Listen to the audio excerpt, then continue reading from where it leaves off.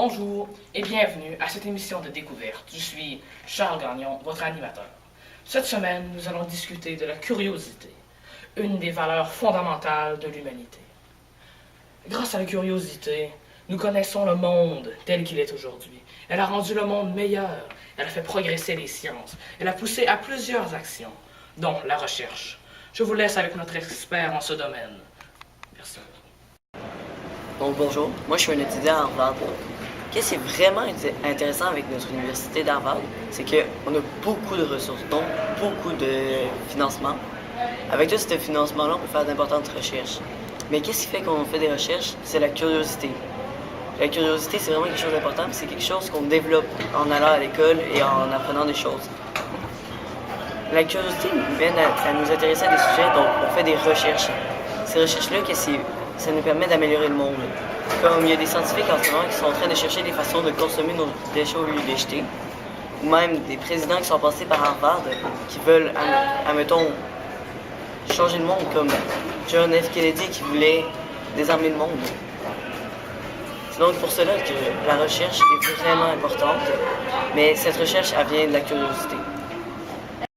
Et maintenant, la curiosité a poussé à d'autres actions. L'exploration. Les gens avaient soif de connaître ce qu'il y avait au-delà de leurs murs.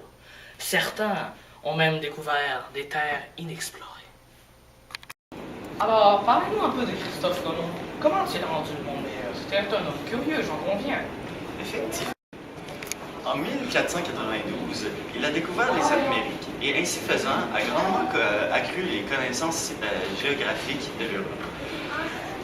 Les millions de ressources et de découvertes faites grâce à la découverte de l'Amérique a grandement amélioré le sort de l'humanité. De plus, il a permis beaucoup de colonies de s'installer en Amérique et a en quelque sorte confirmé que la Terre était ronde. C'est ainsi que la curiosité, à travers Christophe Colomb, a permis de rendre le monde meilleur. Alors, merci beaucoup de nous avoir parlé de ce grand personnage, grand symbole de la curiosité. Bonjour, je suis un astrophysicien à l'Université de Paris. Aujourd'hui, je vais vous parler d'un des plus grands exemples de curiosité, Neil Hayden Armstrong.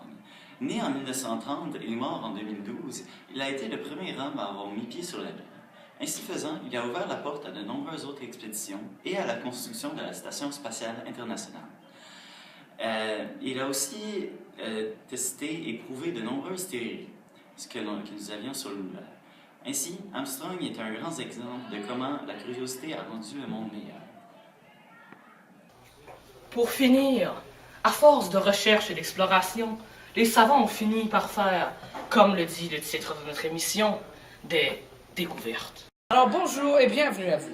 Je vais aujourd'hui vous parler de, selon moi, un des plus grands exemples de curiosité que le monde ait jamais connu, soit Isaac Newton.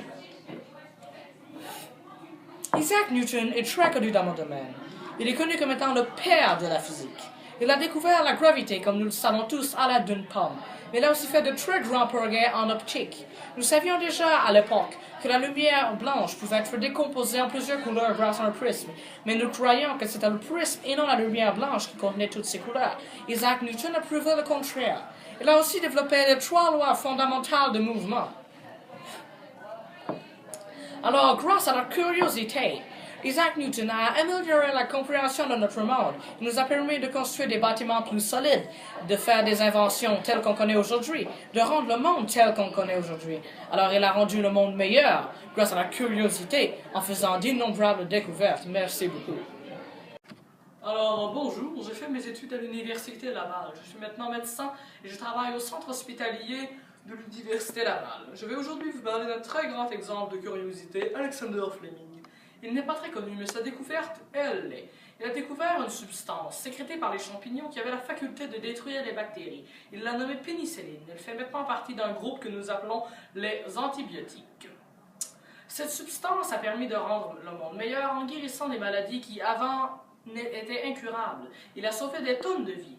Alors c'est ainsi que je crois que la curiosité a pu rendre le monde meilleur, en sauvant énormément de vies, en ouvrant la piste à plusieurs recherches en médecine, en la révolutionnant grâce à cette fantastique découverte.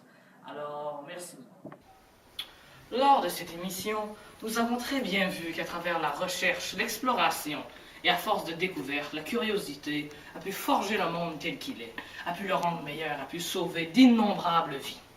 C'était tout pour cette émission, et la semaine prochaine, nous verrons la danse nuptiale des kangourous. Merci.